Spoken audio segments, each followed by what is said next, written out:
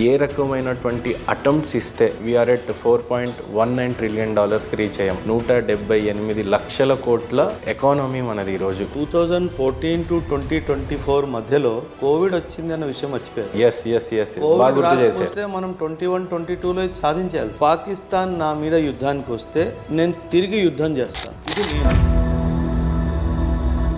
2008లో పాకిస్తాన్ మన మీద ముంబైలో అటాక్ చేస్తే మనం ఏం చేసాం సార్? ఏమీ చేయలేదు సార్. 160 మందికి పైగా చనిపోయారు సార్. 20 మంది చనిపోతే నేను ఇంట్లోకి వెళ్ళి నిన్ను కొట్టాను. ఇప్పుడు భారతదేశం చేతులు ముడుచుకొని కూర్చోతుంది.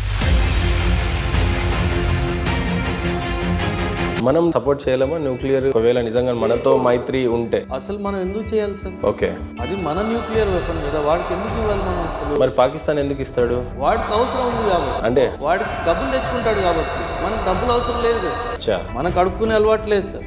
పాకిస్తాన్కు ఉన్నట్టు